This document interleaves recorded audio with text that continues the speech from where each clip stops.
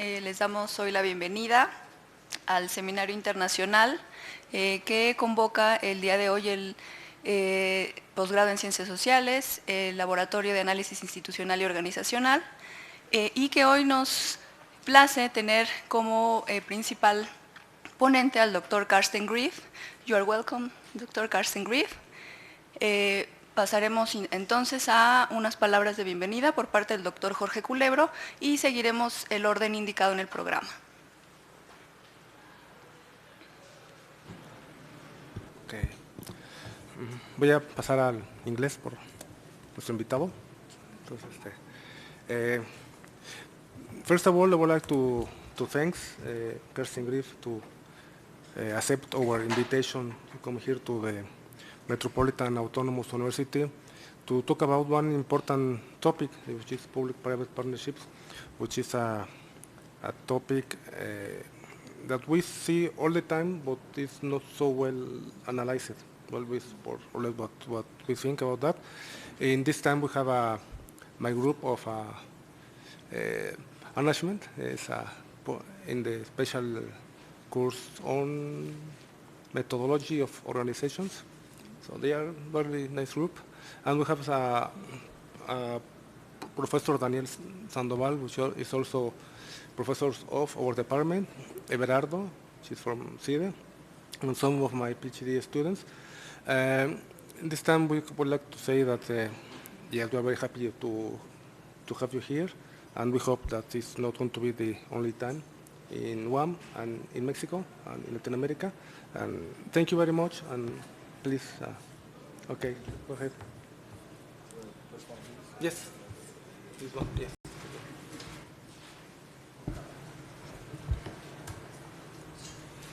Okay, I want to thank you for inviting me here to Mexico. I have to say it's my first time in Mexico City, also my first time in Latin America, so I'm quite pleased to be here and to give this talk today. Yeah, I'm very pleased that you invited me.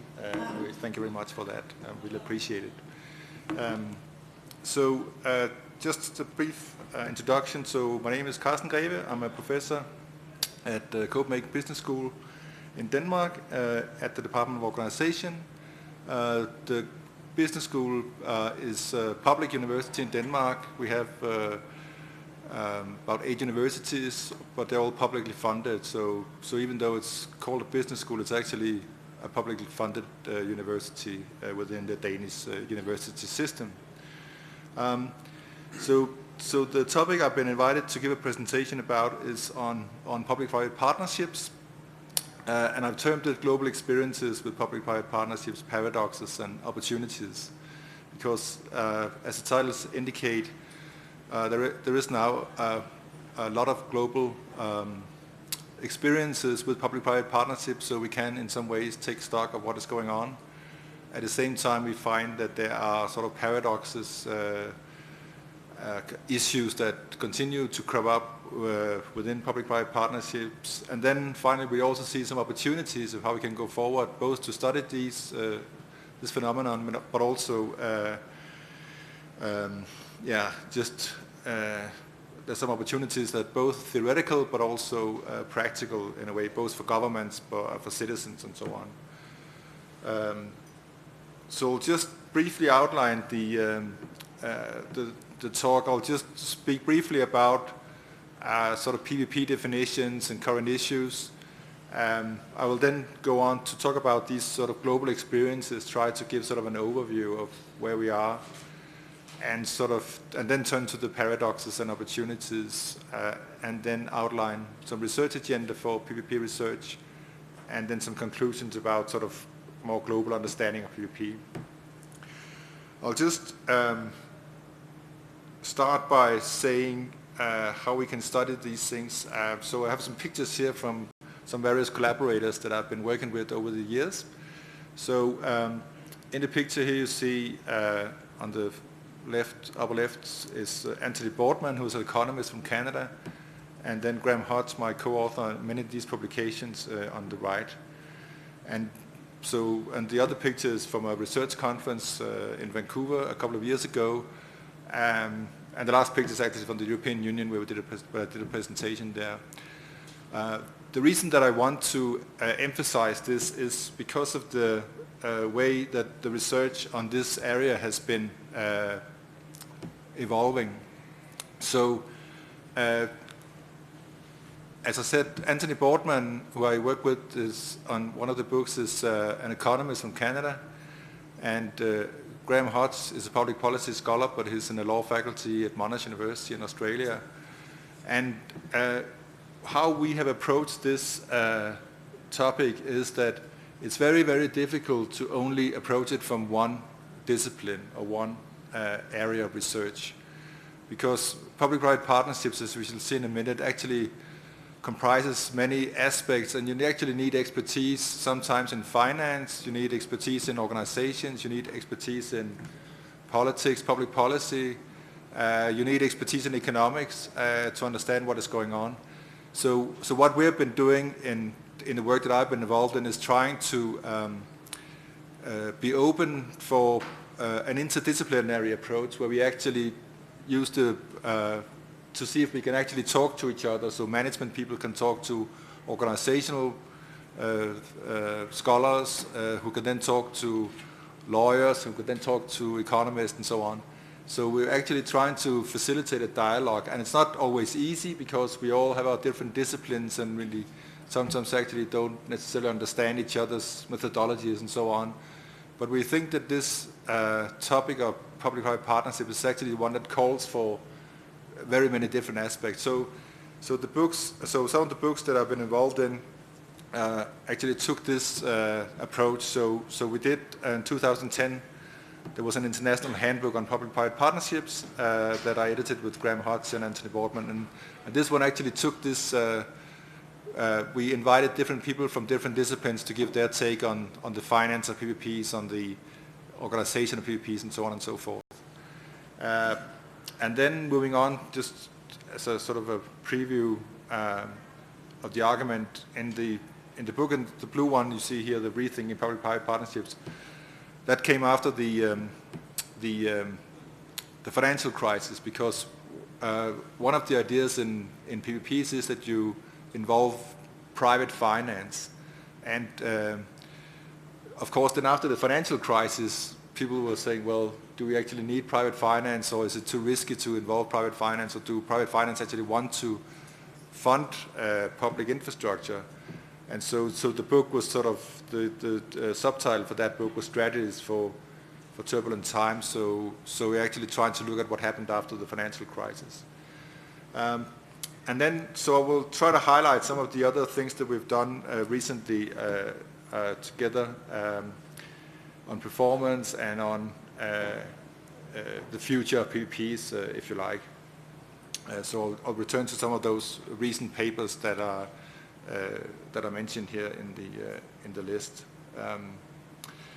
And so what I also want to do in my talk is just to highlight this new book that I'm doing with Graham Hodge, which should be out in 2019 on Edward Elgar.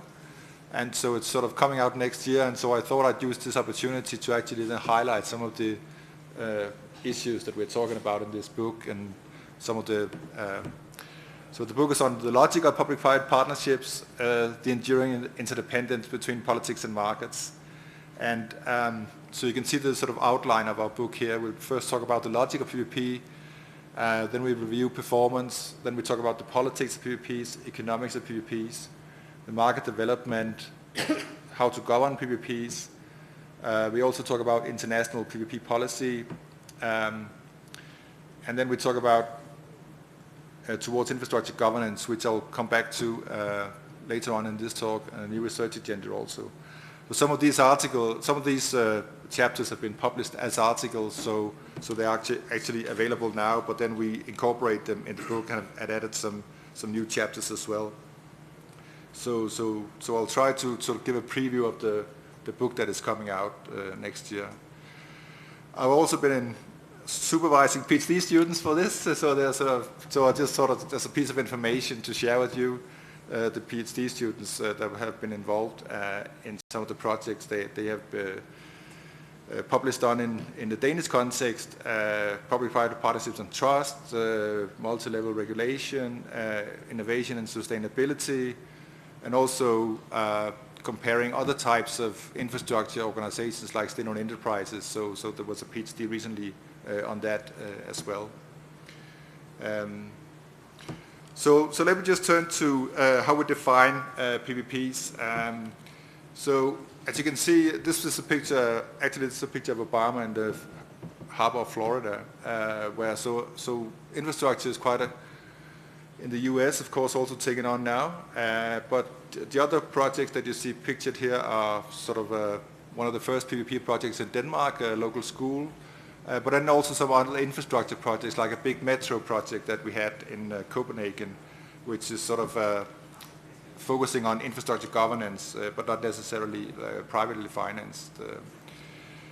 So what do we mean by PPP? Many of you are probably familiar with this already, so I won't dwell a long time on that. But just to say there's a lot of definitions out there, but you would normally find they're very common, these different definitions. So I just took some from the international organizations. Here's the World Bank has one, OECD has one. It's common in the literature to say there's no one overall definition. There's not one definition that everybody adheres to. But having said that, there are all these definitions are kind of bordering on the same kind of elements. So it's a long-term contractual arrangement between a public entity and or authority and a private entity, and there's some sort of involvement of private finance in a public-private partnership. And also there's this notion of risk sharing and sharing of management responsibility. So the idea being that if you involve the private sector, they will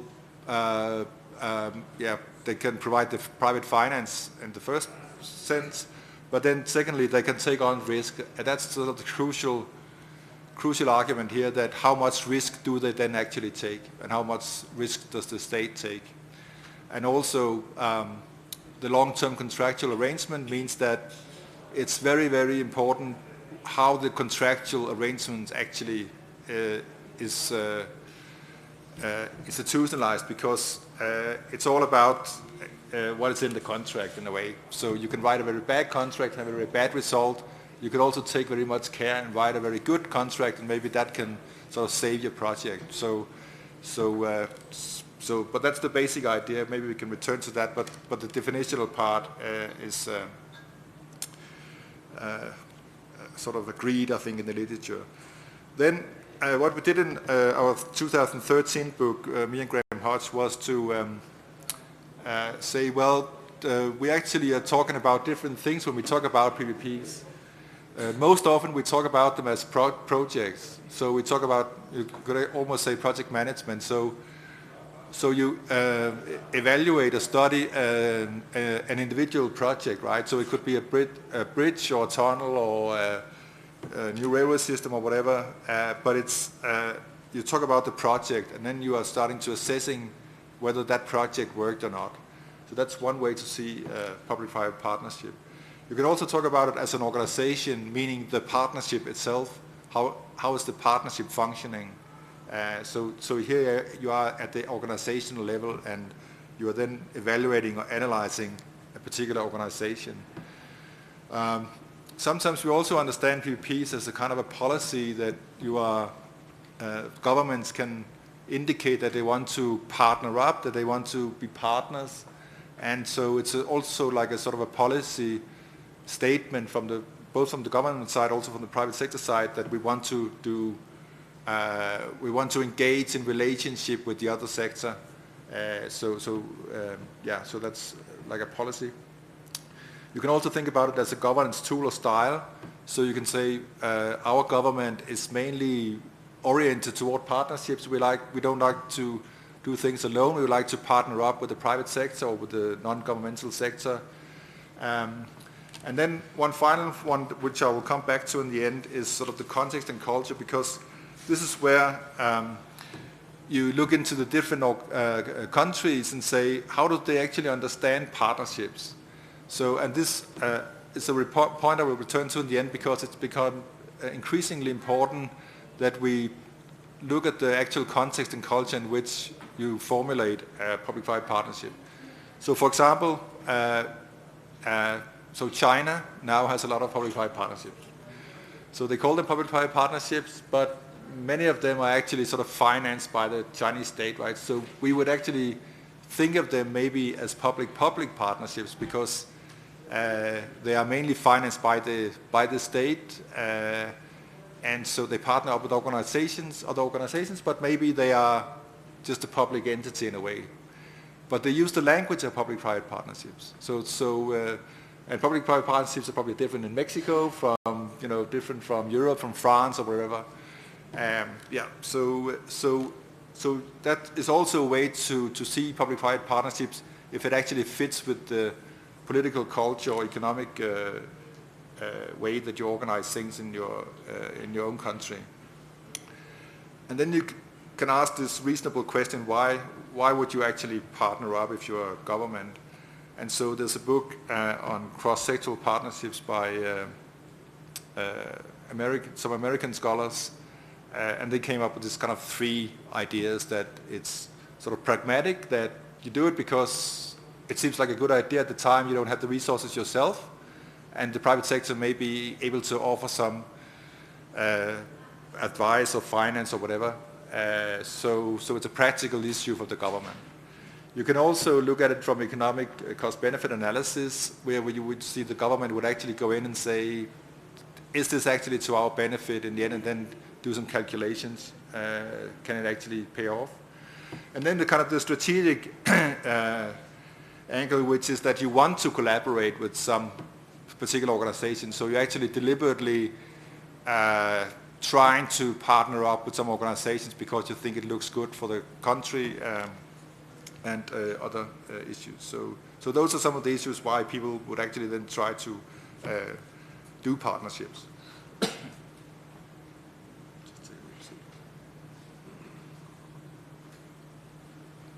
So I'll just talk briefly about some of the global experiences that we've seen during the last 20 years, because we are at a particular time now in this area of scholarship where we actually now have a lot of information. We have a lot of experiences, and this is also what we're sort of in the research are trying to assess in a way, because it's not a new phenomenon anymore. There's lots of experiences. So I'll just go through some of the experiences briefly that we've seen, and just to give some kind of an overview. So there's an entity called, if you take Europe for example, there's an entity called the European PVP Expertise Center under the European Investment Bank, and so this shows the number of PVP projects that are financed by the bank in Europe, and so you can see that there's sort of gradual involvement. And there's maybe a slight sort of slowdown in the last period here, and there's a sort of activity around the actually also after the financial crisis. Well, let me just show the next chart because then you can see how it's actually involved in the European countries, and you get the picture you often get from these overviews are that there are some countries that have more PPPs, that have used more private finance projects, and some countries have done less. So my own country, Denmark, for example, have not used it so much. But so for example, a country like Turkey, the last couple of years have really taken off in using PPPs. So one of the things that they've done in Turkey is that they've built a lot of hospitals as PPPs. So it's kind of a government strategy to use PPPs or to use private finance to build a lot of new hospitals. So it's a government program for simply making sure that there are new hospitals.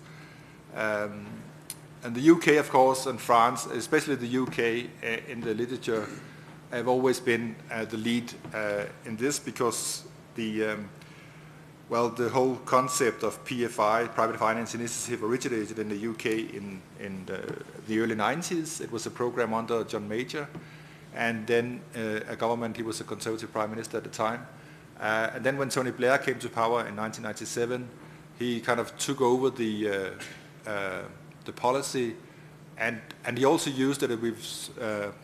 There's some reference in the research where it was for Tony Blair as a Prime Minister in the United Kingdom, it was a way also to show to the City of London that he was not sort of anti-business, right? So he could say, okay, we're doing this, we're reinventing the infrastructure, we're also using private finance, so we're not anti-business. So he was sort of calming the financial district in London to say that he was not against them, he was actually want to work with them, so it was kind of his part of his political project. And since then in the UK, the policy has evolved, so I don't have time to go into that, but if I take my own country, Denmark, we have some PPPs, but we have not many PPPs compared to other countries in Europe. We have some in transport, we have some in hospitals, we have some office buildings, school buildings, swimming facilities, sport facilities. Contrary to what you might expect, we have no official PPP policy in Denmark still, although we should think we should have, and I believe we should have, but we haven't. But we have lots of guidance material, inspirational material. So there's a lot of guidance that you can, if you wanted to study, wanted to implement PPPs, but there's no actually policy. And also, we don't have, like OECD and others recommend, a strong PPP unit, which is one of the main arguments in literature, also from OECD and others. You should have a strong PPP unit to actually pursue. But we do have an alternative model, which one of my, it's a postdoc working on this now, and we call it state guarantee model. And so we build one of the bridges that you see here, which is the Great Belt Bridge or is it, no, I think it's the Öresund Bridge actually, the bridge going over to Sweden. That's built where the state sort of guarantees the loans that are obtained. So obviously when the state goes out, or it's the Danish state in this case, goes out and say we want to borrow, they get a cheaper borrowing rate than if they were on a private market, right? So, or if it was private entrepreneurs. So that way it has been an alternative. We can maybe come back to that in the discussion. This is a kind of interesting figure from the UK. So, as I said before, the public-private partnerships in the UK, they were always in the spotlight in a way, because that was the way that the other countries look to, if you can say that. So the red blocks indicate the number of projects, and the sort of black line indicates the capital value of the projects. And so what you observe in this sort of figure is that, or this chart is that, so maybe PPP projects in the UK have actually peaked now, right? So we've been used to in the literature to look to the UK for sort of to see what's happening in the public-private partnership area, and we can actually see that their number of projects, although they have over 700 projects in operation, that they don't have very many new projects in the UK now. So maybe it's indication that the sort of trend is going down again. And this is a thing that I will return to in the end, whether we'll see the sort of demise of PPPs, if you like, or something else is cropping up. I'll just mention China briefly. I don't have a lot of charts on that, but there's some very interesting things going on in China with in other parts of Asia as well, but especially China at the moment. So just put these three bullets up here that are very important. So the first one is that there is actually an official PPP strategy from the Chinese government. And what that means is that once the Chinese government, I think it was in 2013, they said that it would have to be an official PPP strategy. And of course, once the Chinese government says there's going to be a strategy, you have a lot of projects rolled out. So that's why we see there are varieties of numbers. One number I've seen is like 2,000 projects already in China. And remember what I said before, you can question if they are sort of privately financed or it's state financed, but at least they have an official strategy and they say they are doing PPP projects. It's also a huge infrastructure boom. So one of the questions, of course, right now is in terms of the economy, if you put a lot of capital into these PPPs, you're maybe inflating the economy, right? And that might present maybe a risk of a bubble at some point, because if the Chinese government is doing this on a very large scale, if that kind of not goes well, that will kind of have repercussions for the Chinese economy, and that means the world economy. So that's definitely an area to watch in the sort of the PPP literature. There's also some interesting developments going on in the US. So I think the best you can say in the US is that sort of the US market is growing slowly because there is obviously a need for better infrastructure in the US. But also in the US you have a very different way of financing infrastructure projects traditionally. One of them being that you can issue municipal bonds, which means that if you're a state or a local government, you can then try to issue these municipal bonds that will then pay for some of the infrastructure or get the finance that way. So even though you should think it was otherwise, there's not actually a great tradition in the US for these PPP projects like they had in the UK. But there are some.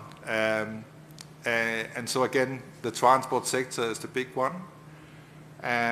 But also, just recently reported in a research paper, there are also some sort of setbacks or timeouts. So apparently in California and Texas, there's been disappointments and opposition to PPPs. And there are also a number of high-profile projects reported in this research from Lawrence Martin from the University of Central Florida, where he argues that it actually hangs on whether these projects are successful or not, whether PPP policy will be successful or not. Of course, then there is this new US federal government infrastructure plan, but it's actually, it's not a plan that is actually federally sort of governed in a way. A lot of the action will have to take place in the individual states. So it's not so that the US government is actually pushing this in a big way, because it will ultimately rest with whether the different states, the 50 different states, are going to focus on PPPs. And then in the, I'll just, so that was just briefly on the global experiences as well. One of the things that we're finding in our book is that actually when you talk about the economics of PPPs, we've discovered in our new book that the economists actually disagree on many things for PPPs. So sometimes you hear the argument that, well, it's basically an economic argument for PPPs, but when you look at the controversies, for example, on the discount rate, on value for money, can you use the value for money term as a way of judging whether it's a success or not PPP? Well, they disagree. They disagree on the proper discount rate, and so they actually disagree on a lot of things, which means that sort of the conditions for PPPs are actually very fragile in a way. So the economics of PPPs are not straightforward in a way. I have touched upon market development a little bit, so I'll just go briefly over that. And then sort of counting on how will you assess if PPPs actually work or not. And you cannot actually read this chart, I can see that now. But it's from a book we did where we actually tried to list the different objects for PPPs. So the point is here that there are multiple objectives for PPPs. So they could be financial, they could be political, they could be policy, they could be governance objectives. So we actually have a lot of different variety of objectives for PPPs. And this is also in our paper on performance that came out in 2016. public performance contemporary review, which came out in Public Works Management and Policy, and we tried to, Graham Hodge and I, we tried to assess whether the performance of PPPs, what the performance are, and sort of the conclusion we reached in this paper, which you can read more about it in the article, is that it's kind of a mixed results exist internationally. So you may be able to argue that there are projects that actually work, but you also maybe also there are also projects that maybe don't work. So it's a very varied picture that you see. So let me just turn to some of the paradoxes here, what we actually are seeing in the PPP literature. And so one of the things is that we find in our research, Graham Hodge and I at least, is that we try to assess, and this is one of the chapters in the book, so the politics, how it's actually reinforced this economic rationalism during the last 25 years. And there's various scholars that have focused on this. I'll just go through this a little bit quickly because I have a table that shows the sort of overview. But you have different authors that are arguing different things on PPPs. Somebody earlier said it's a public funding on private profit. Another researcher early on said is it overdue reform or policy breakthrough? So is it actually something completely new, or is it just something that goes on as just another type of reform? I already indicated this one on Tony Blair, and so there are different arguments towards the politics of PPP. So somebody says that, Roger Wedenhall, for example, politics have always been there, so it's kind of integrated part of PPPs, and Matthew Flinders from Sheffield says it's kind of a splintered logic. You'll never be able to sort of reconcile politics and markets within a PPP project. So those are some other arguments. So that's Matt Flinders. But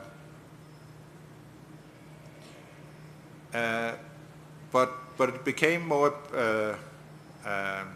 popular, and especially, for example, in Canada. So people sometimes ask, so what's the country to look for if you look for PPPs that actually work? And you could look to Canada, where they have part of CBC PPP unit, for example. Just go quickly to that. Yeah, up to the financial crisis, you then talked about what are PPPs actually for. And so a main argument was made by Alistair Roberts from the US, or he's a Canadian, but he lives in the US. And he published this book in 2010 called The Logic of Discipline, where he said that it's actually a way to sort of discipline the economy because you put these large infrastructure projects in these long-term contracts, and so you're trying to keep them out of politics, but it's actually not working very well. So the last part here is about that the politics now is not so much national, or, well, it's also national, but it's much more international now. So some of the things that we've discovered, or we have a chapter on this in the book also, is that you have the international organizations that now issues guidelines and recommendations. The OECD has 12 recommendations. The ASEAN countries has 14 recommendations. The World Bank has created this knowledge lab for PPPs. And so you see, and the G20 has this new infrastructure hub. So there's a lot of international organizations that are focusing on PPPs as well.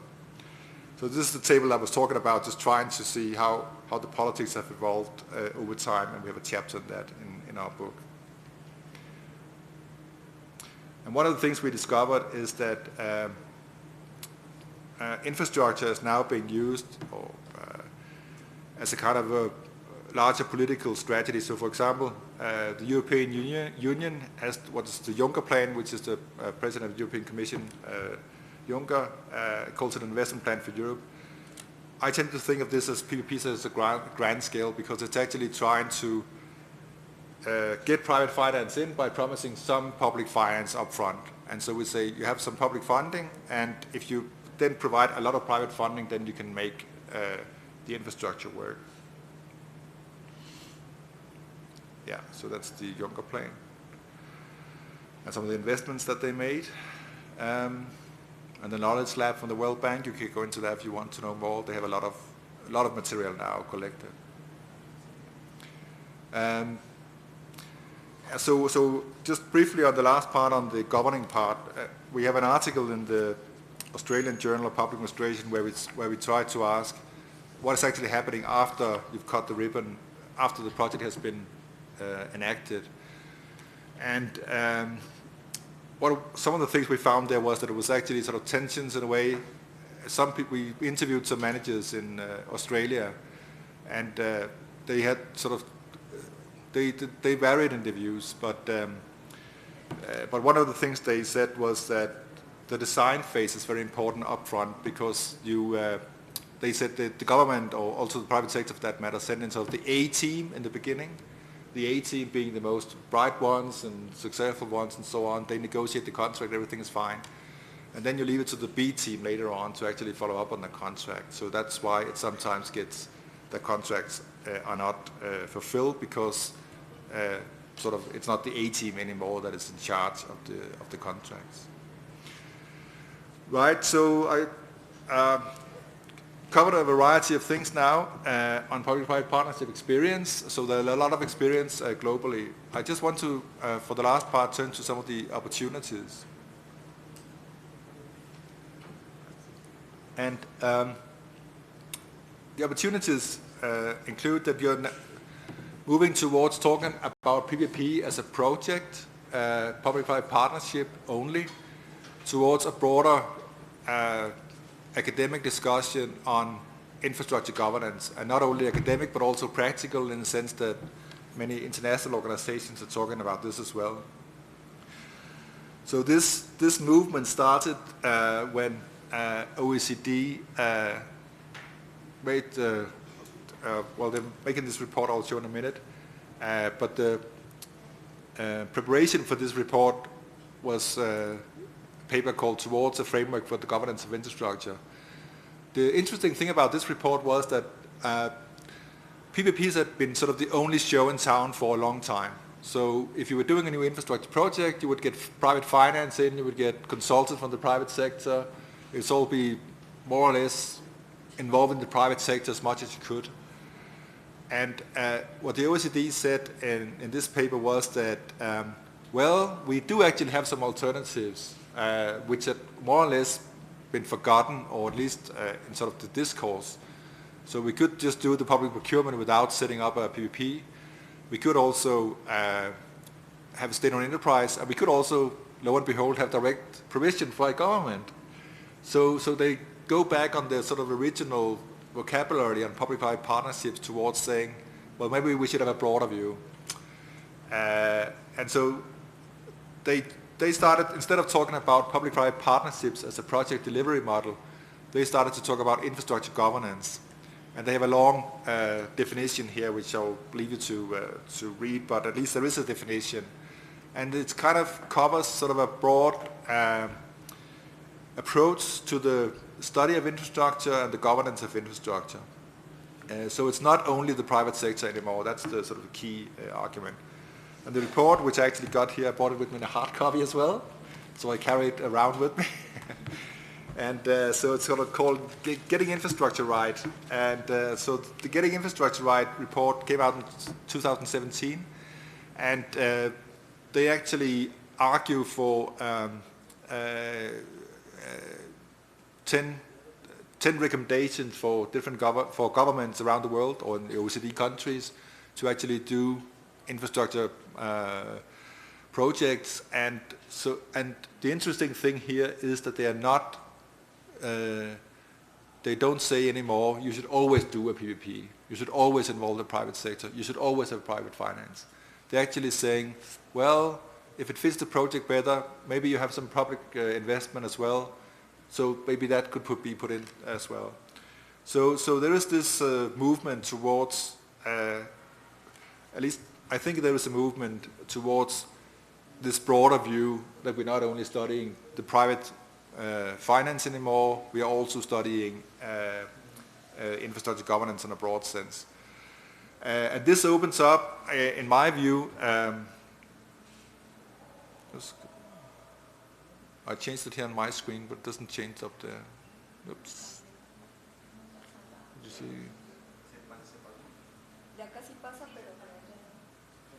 Oh, there it goes. Thanks. No, it's fine. So this teams up with sort of, I mentioned Alistair Roberts before, and here's a sort of a new term called strategies for governing, where you could argue that PPPs then become part of the sort of strategies for governing, a part of infrastructure governance. And again, it's not the only show in town anymore. So then briefly, sort of coming towards the end, we did a paper in that came out in, let's see, I haven't got it here, but it's in Financial Accountability and Management, where we tried to put our research agenda for PPPs. And it's actually kind of a summing up of the things that we've talked about so far. One thing, again, coming back to this interdisciplinary approach, is that you actually have to understand the different disciplines, internal logics and way they think. So if you want to understand PPPs and want to understand private finance, you actually have to go into how is it actually financed, the project. So it's a very different if it's financed by the government or it's private by banks, or if it's private financed by pension funds, or so there's a lot of different aspects to that. So one way could be to look into project finance once more. The other terms that are another area that we could be look more into are the sort of global what we call the global actors in infrastructure governance delivery, which we talked a lot about in the literature on the government side, and we have not actually analyzed so much the private sector side. We tried to do that a little bit in our book, but there could be done much more about, so what are these companies, with the pension funds and the actual contractors, the people building the infrastructure and so on and so forth. A third item could be the internationalization of policy, as I said, where you could look much more into how the international organizations like OECD, the World Bank, IMF and so on are actually formulating policies on this. And then fourthly, thinking about the long-term complex contracts as governing regime. So when we recognize that the contract is at the center, we need to understand it not only as a contract, but as a governance regime in a way, because we need to understand the institutions behind it and what it actually, how it performs. And then you can say, the sort of the global aspect, again, coming back to that much of the literature in the beginning was mostly about the UK, Canada, and then Australia. And of course, now PPPs have been implemented all over the world, also in Africa and so on. So there's a need to study PPPs at a much broader level than just studying, the UK, Canada, Australia, and so on. So there's a need to go much more broader to other countries as well. And so that's I just try to do this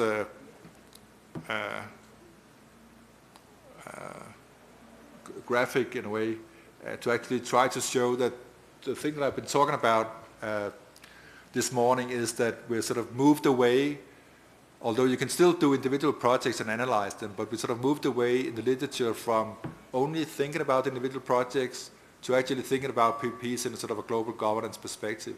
And it's kind of follows what we said in the 2013 book about this sort of different levels, that some of the key issues now are moving towards this sort of governance tool style, and then the different strategies of governing that different countries have, how they use these infrastructure projects. So there's a lot of work to be done still on on projects and so on, but at the same time we need to think about how it actually fits in with how governments are perceiving infrastructure. So, and this is my conclusion. So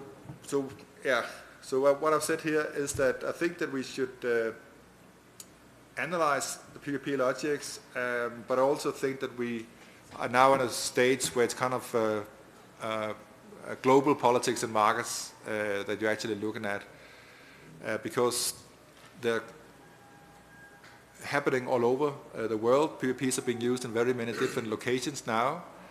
At the same time, we kind of now notice that they're also being challenged. So people are saying, well, maybe the public sector should fund and invest in this particular piece of infrastructure themselves, or they could do it through a state-owned enterprise. And so the game is kind of open again, and so PPPs are it's not sort of the only show in town anymore as it used to be. And then finally, you can say that it also very much depends on what governments wants to use infrastructure for, right? And it's getting increasingly apparent, I think, that it's much to do now with sort of how nations are presenting themselves. So they want to have sort of iconic infrastructure buildings like the what is actually present in the sort of literature on mega projects, right? One of the key arguments in the literature on mega projects by Belflubia and others, Karen Frick and so on, is that there's a term by Karen Frick called the sublime, I think, of the infrastructure, that you are presenting it as something very important in order to get a project through, in order to present the state as being very visible and doing something for the people. So I think we should look at infrastructure this way and then be open to this broader conception, and then see how public-private partnerships then compare with other types of organizational forms like direct public provision or state-owned enterprises. So with those words, thank you for your attention. Thank you. Thank you very much, Professor Carsten, and we have time to commence and for commence our questions.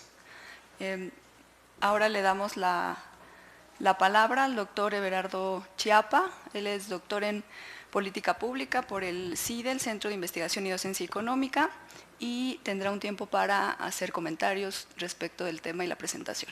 Adelante. Well, thank you.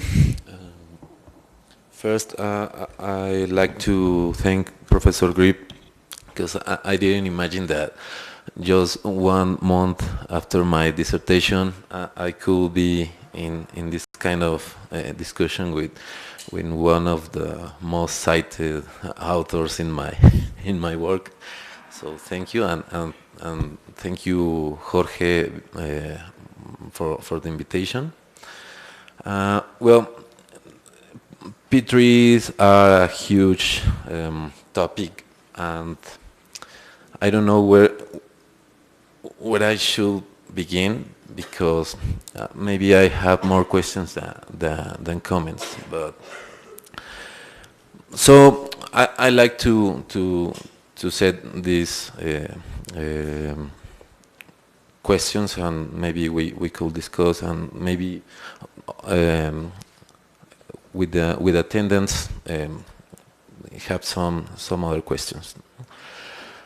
Well, in your recent papers, I noticed a lot of objectives and a lot of kind of ways to assess the performance or success of P3s. When I see that there is these 5 levels of meaning of P3s: project, delivery method, policy, governance tool, and cultural context. I wonder if those 5 levels constitute a lot of combinations. I mean, every P3 project could be assessed in a certain combination of these 5 levels. So this makes me think that P3s are a complex phenomenon, as you call it in your paper. But P3s, I don't know if we could call them phenomenons, but public policy instruments, or as you said in your presentation, governance tools or strategies for governing. So the discussion about P3 definition, I think it should be overcome, but it's not. It's an evolving discussion, but we could overcome in this definition. But there is an element that I think is missing in this broad definition, and this has to be with third parties, because in one of your papers you mentioned the initiative of public funding banks or something like that. And here in Mexico, we have some kind of these banks, Banobras, that this bank funds a lot of projects with local governments. So we should consider this element as a new element in this broad definition of P3s, and well, I'd like to add to the agenda on P3 the transaction cost approach, because governments, I mean, local governments, when they make these kind of partnerships with private enterprises, they assume that every project will success. But there is an important topic about how they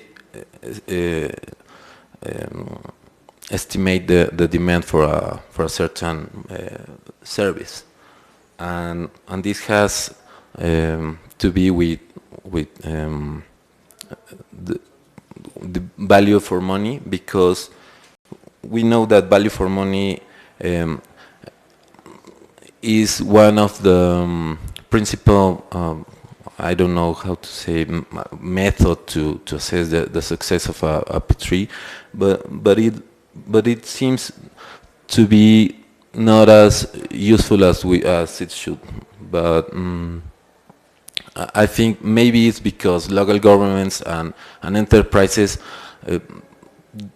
don't know how to calculate value for money. So I think that's the reason the movement of the discussion from value for money or transaction cost to another kind of topics that seem to be more qualitative. So well. When you mentioned that if we want to see some P3s working, we should turn to the Canadian experience. So what do P3s in Canada have to that make them successful, and what could be the difference with other countries in their experience with P3s? So, well, I should close this round of questions, and we could discuss later.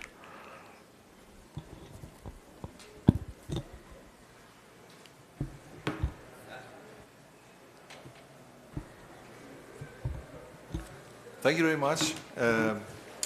Yeah, those were great comments, I think, and let me just go through a couple of them. So I think you're absolutely right in the first part that when you say that it's more about the combinations. So we should look much more into that rather than perhaps saying that it's either sort of governance style or project or organizational level. So I can certainly see that would open up for some interesting ways to analyze it actually, and to go into that much more to see what are the combinations in particular areas. So you could see that or contemplate that, for example, one project in school building, for example, would be, that's just a project, right? So it could be assessed as an individual standalone project.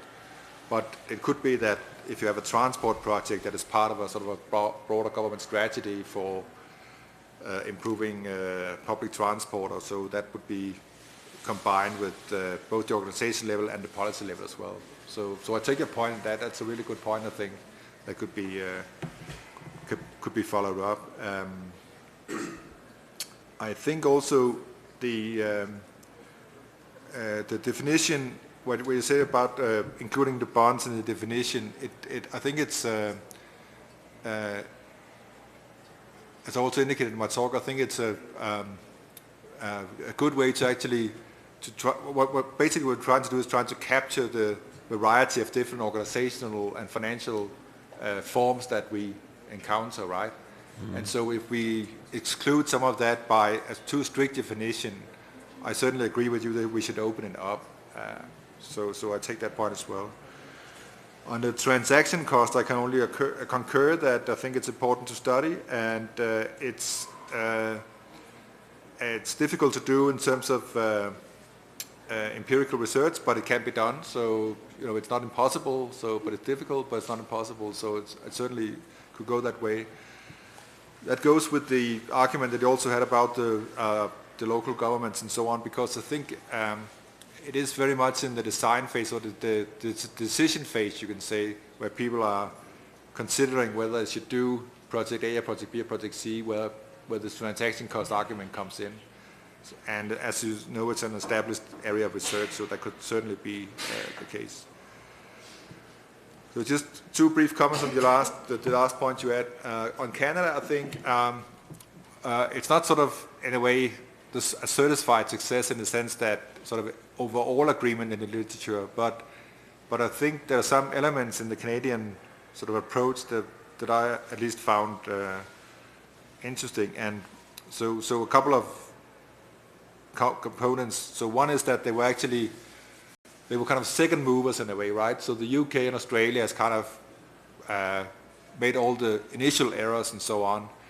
But then when Canada came in early 2000s, then they could actually benefit from having learned something, put that into policy experience. The other thing they did was, and I mentioned this often, this partnership BC unit, but they were very careful in constructing PPP units that were actually functioning well. Mm-hmm. So they actually took care in the design of the organizational part in the beginning. So those are some of the components. They were actually adopting a sort of more systematic approach to PPPs, learning from others, trying to apply the lessons to their particular program. So those were some of the issues that they were doing. And then the last one on the value for money, it's an interesting argument we've been following from, so my background is in sort of in political science and public administration, public management. And so The Economist, it's been quite interesting to watch their sort of, as I said before, disagreements and discussions. And one of the discussions, as you indicate also, is about sort of value for money, because often sort of Anthony Bourdain from Canada, he argues that value for money is sort of, you know, how can you actually use it in a strict sense, because you were saying it on time and on budget, but those are actually sort of, well, they're easy to meet, but they're also easy to surpass, but they're not actually criteria for did we get what we actually wanted. So okay, the project got in on time, fine, but is the project good or not? And so the value for money terminology, also when you, for national audit offices, they are implemented or interpreted quite differently, right? Yeah. So I'm not an economist, so I can't go into this, but he has another argument where he said you should measure the total social cost, right? So it's more of an economist view to say it's not so much about being on time and being on budget, it's more what is the actual impact for the citizen in the longer run of a particular project. That's what you should be measuring. And then Boardman and Whining, they're saying we don't actually have any of those analyses yet. So we have some value for money analysis, but we don't actually have sort of a proper economic analysis of does this thing work or not. Okay. So, on this point about value for money, actually here in Mexico we have in our legislation about P3 the need to demonstrate the social profit, okay. But also we have to demonstrate value for money is just another way to call the public the public sector comparator. Yes. So yes. Value for money is not subjective. No. I mean, it's a tool to calculate the benefit of this kind of project. So there's a combination of social profit and economic profit with the public sector comparator. But I insist that governments look at this concept of value for money as something subjective, and yes, it shouldn't. No, I agree. And also it's probably, as I said, both implemented and interpreted very differently around the world, right? So that's another. It's also then has to do with how do the different auditors actually practice the value for money studies. So that could also be very different. Take your point. Thank you very much. We have another questions. Yeah. Adelante, maestra Zoila Román. Thank you. Thank you, Professor Greve, and welcome to Mexico. And thank you for this conference. I have two questions. Thank you, Everardo, too. The first one is, what is your opinion about P3 in health sector? Because this area is more dynamic or flexible, no?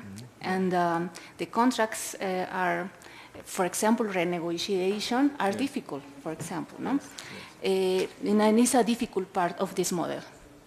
And the other questions is the next. One of the in your papers, you write this. One of the paradoxes of the last few decades has been the continuity and even growth of infrastructure, P3s, despite the loud voice of critics. Yes. Yeah? What is the reason for this? Why governments prefer this scheme? Yes. Maybe it could be the attraction is buy now, pay later? Yeah. Thank you. Thank you very much. Could you just repeat the first one again about the health sector? Because I didn't. What was your point there? You said flexibility and. Yep. So the question was on the health sector. Yeah. Yeah. Okay.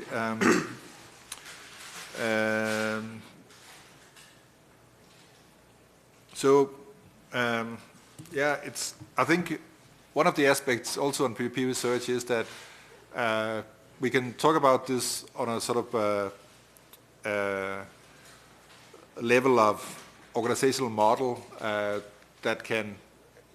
you can talk about it at the level of the model itself, but you also need to go into the different sectors, right, to actually see how it works. And as you say, also on renegotiation and so on, it really has to do with how you have to sort of analyze or assess how complex is, well, both the sector but also the project that you are dealing with, right? So it actually lends itself to sort of careful you actually have to do careful analysis in a way of each project or each sector, right? Because they're very, very different. And so I think that, so there was one paper that we quote, I think, in one of our articles where, so this debate on renegotiation where, so for example, if you're making a road, constructing a road, you may actually be able to, say, well, can you make a long-term contract? These criteria apply and so on for the next 25 years.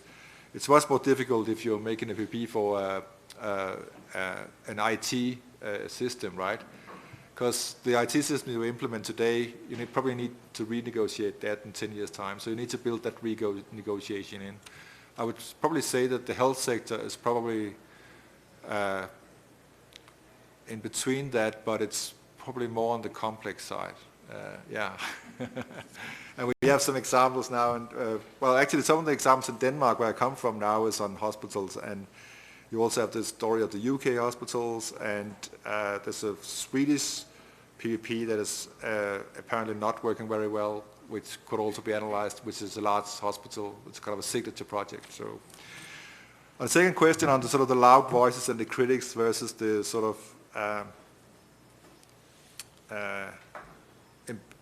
empirical evidence, I think what Graham Hodge and I also have been pointing to is that you sort of have different sort of players, if you like, in the debate. So there's us as academics. We try to make assessments and try to construct theories and so on and so forth. So we try to make that kind of input. Then you have the governments who, for some reason or other, maybe have decided that they want to go ahead with the PPP. So they may be able to enlist a lot of sort of what we will then refer to as loud voices that would kind of back the project up and so on, and also use consultants. So consultants also play a large role in this because they also have a lot of knowledge about PPPs because they are drawn in by the governments to draw up the contracts and so on.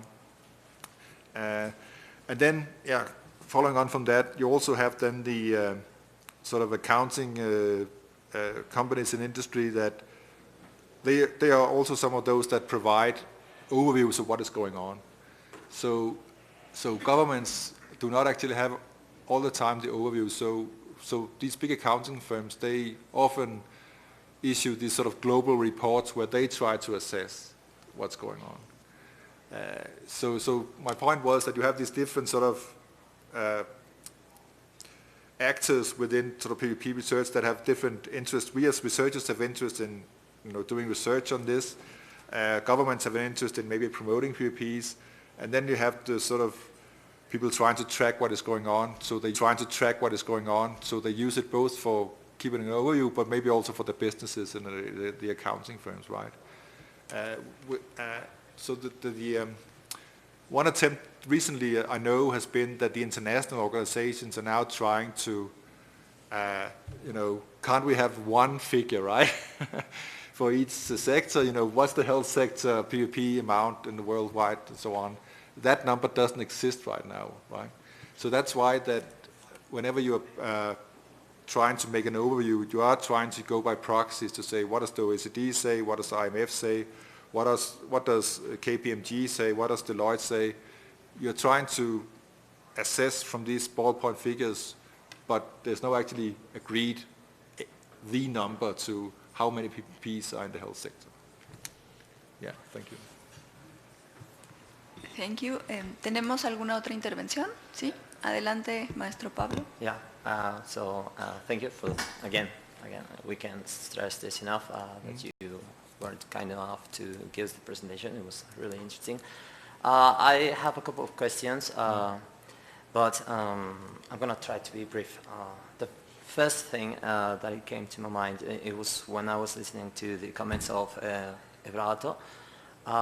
It was what are the role of the local governments? I mean, Yes. are those type of long-term projects and partnerships between private and public sector possible for the local governments to do, or those type of projects are destined to be made by the federal government? The other one is regarding the change of administration. I mean, Yes. whenever there's an election, the actors that are involved into these partnerships change. Yes. At least in Mexico, we're used to get new officials Yes. in the government. So Yes. the private sector tends to keep them in place, but the public sector is replacing their own actors. What is happening in that case? Yeah. How does that affect the partnership and the well-functioning of the organization? Yes. That's Yeah. it. Thank you very much.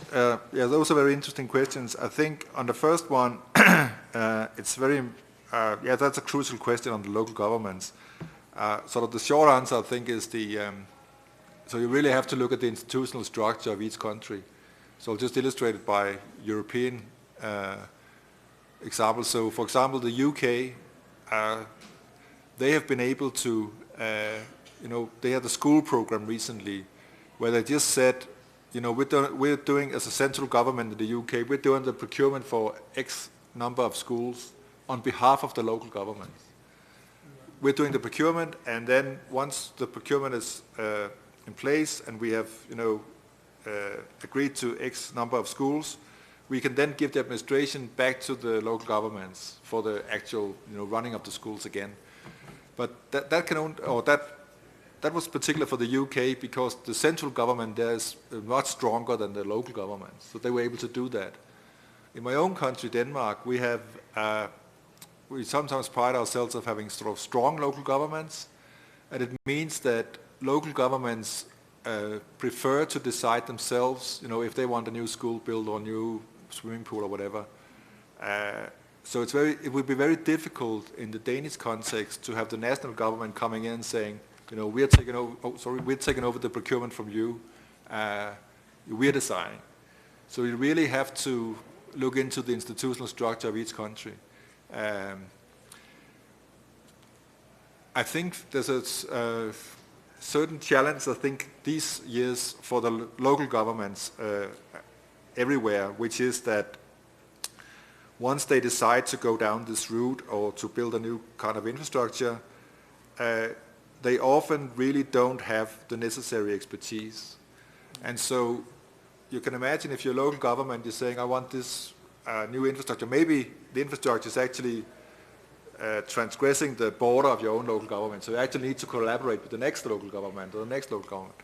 So that's one issue. But the other issue is they don't actually have necessarily the expertise, so they often need to go out and buy that expertise from the consultancies and so on. So you get this kind of strange dynamics where the projects are easily sort of taken over, right, by the consultants, because the consultants comes in with all the information, the knowledge, and so then they write the contracts that the local government will do. So I think that's a key problem for local governments. They don't actually have the necessary expertise. On the second question, on this change of administration, I think that's a very important question. I don't think it's been analyzed that much. I think that in many countries, I think still that they're trying to sort of keep it under the radar in the sense that the key people that are doing these things, not the political appointed people, but the administration itself, often in some ways will continue. And then in some countries, they're very good at sort of rebranding or changing the they present it. So for example, I mentioned the UK before. The UK, they don't have a particular PVP unit anymore. They talk about an infrastructure and ports authority, right? So, but it's probably doing the same things as before, but they're not using the PVP label as such. So, at least to my knowledge, I don't think they've changed the key personnel in the administrative level. But it's certainly an issue if the program has been very connected to the government's political program. So, but I don't know, that could be an area for more research actually. I don't know how that actually plays out in the different countries, but it'll be interesting to watch. Yeah. So, thanks. Thank you. ¿Tenemos alguna otra pregunta, comentario, alguna intervención? Jorge, adelante. Yes, well, I just have one more question. About 2 weeks ago, we have here Jacine Jordana talking about regulatory agencies, and she was explaining some kind of a diffusion process or policy transfer and this kind of phenomena. Can we think it's more or less the same with PPS, a kind of policy transfer of diffusion process? Is there some kind of governmental learning through experiences, or and if this is true, is there a special role in the international organizations? Yes. That's very bad. Yeah, thank you very much for that question. Yes, that's a very important one. For the first one, I think I'm not aware of we don't actually have the same, as I know it, the same kind of global analysis of the PVP units, the spread of PVP units, but there's certainly, if you go into the World Bank's webpage, they actually have a list of PVP units. So it should actually be possible to trace, where did PVP units pop up and when and so on. I haven't seen a study of that, so that could be an interesting study to do. The other thing, which also could be really interesting, but I haven't done, I haven't met anybody who's done it yet, but I think it could be really interesting, was to see the actual, as you say, the policy diffusion, because so there is a line going from, some people argue that you have to go a long way back, right? But sort of modern times, when the public-private partnership sort of originated in the current form in the UK in the early 1990s, you then had this spread to Australia and then Canada, and then from there on it took off to other countries. And now it's kind of, as I said, sort of globally, so it's here in Mexico and in Africa, Asia, and so on and so forth. But that line, policy learning line, has not been traced from country to country, but it could be interesting. And I know Graham Hodge and I, we've discussed, there's a kind of, it could be interesting to see also the people moving, right? Because a lot of the original, like in the privatization era, a lot of the original advisors in the UK government then went on to advise the people in Canada and so on and so forth. And now the Canadians are then advising people in the US, and so you have this going around. But one way to, we have a chapter on this in our book on the international organizations, because I think they play a key role now in both trying to get a more empirical grounding on what is actually going on, because as I said before, you would think there was a sort of a global list or global database, but there isn't. So the World Bank has a database, OECD, IMF, and so on. They don't actually agree on this terminology, so we don't actually have a global number, a global database. But I think they're increasingly playing a role, because they are now, at this point in time, they are the ones, the international organizations, they are the ones that actually have the capability of assembling and processing all this information. We as researchers can try to do it, but we don't have the same kind of resources to actually do all the mapping as they have. So they are very important policy players now, and this is why I think it's important to watch actually both what they're doing, but also how they are stating the policy, what type of recommendations they're making to governments and to projects around the world. Yeah, thanks. Thank you very much. Dr. Greve, ¿tenemos alguna otra pregunta? ¿Comentario? Sí, una última pregunta. Adelante, doctor Everardo. I'll try to be brief.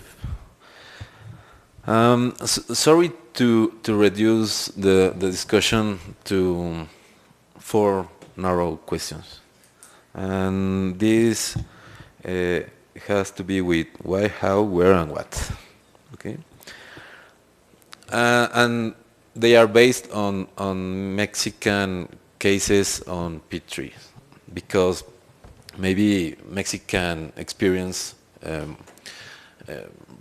bring down all the literature, the past literature on peat trees. And we like to hear from you why governments should participate on peat trees. I mean, what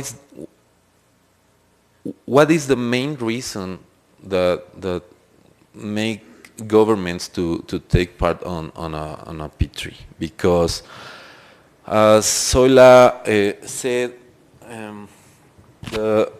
it seems that the main reason for governments to participate in a peat tree is that they buy now, as you said, they buy now and pay later.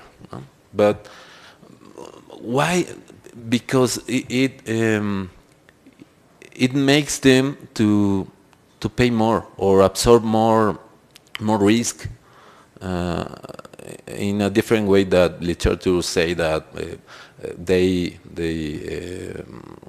share risk, and it doesn't happen here in Mexico, at least in some transport projects, not as building highways, but local urban transport. All these kind of projects on transport make governments to assume more risk than private enterprises. That's the why governments should participate in a peat tree. Then, how should we assess the success of a peat tree, or how could we assess the performance of a peat tree? And then I should say that we could separate the stages of a project. I mean, a planning stage, a performance stage, and a mere assessing stage. Because if we go to the planning stage, we should assess the bidding process, and within the bidding process there is a need to demonstrate the benefit of a project, and the private enterprises that participate in making all these studies about the financial scheme and all that has to be demonstrated before performing a project, and it seemed to be unuseful here in Mexico, because what I said before about the inaccuracy on the demand estimation of services. That's the how to assess. Where to study? Well, we have to move from the early adopters of peat trees or UK and United States, because we are performing peat tree projects in Latin America. So maybe the researchers community should see the Latin American cases, because they seem to be focused on UK cases or European cases and United States. That's the where. And the last question would be what to learn from the earlier adopters. And I think the learning doesn't have to be with the best practices. It has to be with the worst practices. Governments learn from the failure in the past, and in the same case, we could learn from the failures in a past period. So, but I would like to. I want you to answer these 4 questions. No?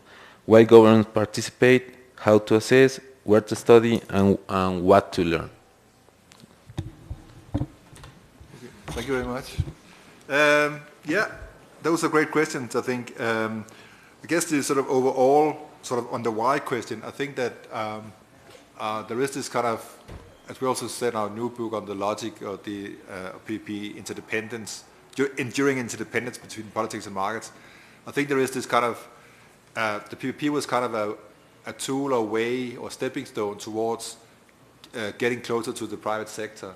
So in the sense that both having access to private finance when you needed it or if you needed it, and then also to expertise and simply, this sort of enigma of innovation in a way that you sort of assumed assumed that you could get more innovative projects out of involving the private sector. So there is this kind of trend towards getting closer to the private sector from the public sector's point of view. I think that's an overall sort of expression of why.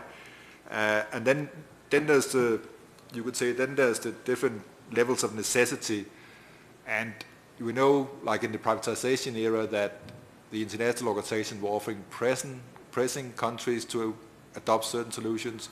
And I think to a certain extent, although they don't say it as clear as this, but I think there's also, that has also been going on with the PvPs, that, you should consider PvPs if you want to have this loan from our institution, right? So, but the overall thing on why is, getting closer, and then there's how much pressure is there to getting closer. On the performance part, as I said, we tried to address this in our paper recently, Graham Hodge and I, and really it is a very big question. It is also getting more and more complex in a way. So I guess that we will continue to try to make these performance evaluations, but we're also acknowledging that they are difficult to do. And but hopefully with more and more, both researchers but also organizations like national audit offices getting into it, we should be able to have more sort of detailed evidence in the years to come, I think. On the where, I totally agree with you that we should look much more to the Latin American cases and also African cases for that matter, or Asian cases. And I totally take your point that the literature needs to sort of broaden out from these sort of over-analyzed cases already of the UK and so on. And also, so I really take your point in that. And I think it could benefit also the research a lot, because we know also from the early studies on performance that they were basically basing themselves on, let's say, a number of UK studies or a number of Australian studies, and that was it. So they used this, that was the empirical basis, and then you make the article or the book saying the empirical evidence for PvPs is this, but you're actually basing it on a few number of countries. So I totally take your point to that. I think it's a very important point, and I hope we can collaborate on that at some point. And also I think it's a great point about the worst practices. So it could be a great book, right? PvP's catastrophes. And there's certainly a number of different projects that have gone wrong. And I think that's also sort of a recognition. It has to be both in the academic literature but also in the sort of popular press or popular economic press, that when you start any conversation about PPP, you normally would say, well, given these and these conditions, it may be able to work if so and so comes to into existence. But we should be at another point now where we don't automatically make those assumptions in the beginning, but we should be able to point to empirical examples, like you say, well, it actually went wrong in these countries, and here is the reason why we've analyzed now why it went wrong, right? So, so there's certainly many cases where you could analyze why it didn't work out as planned. So that sounds like a good research project. Thank you. Okay, thank you very much. I think we have 15 minutes for a coffee break, and we'll back to 11 o'clock. No, 12 o'clock, sorry. Thank you very much. Thank you.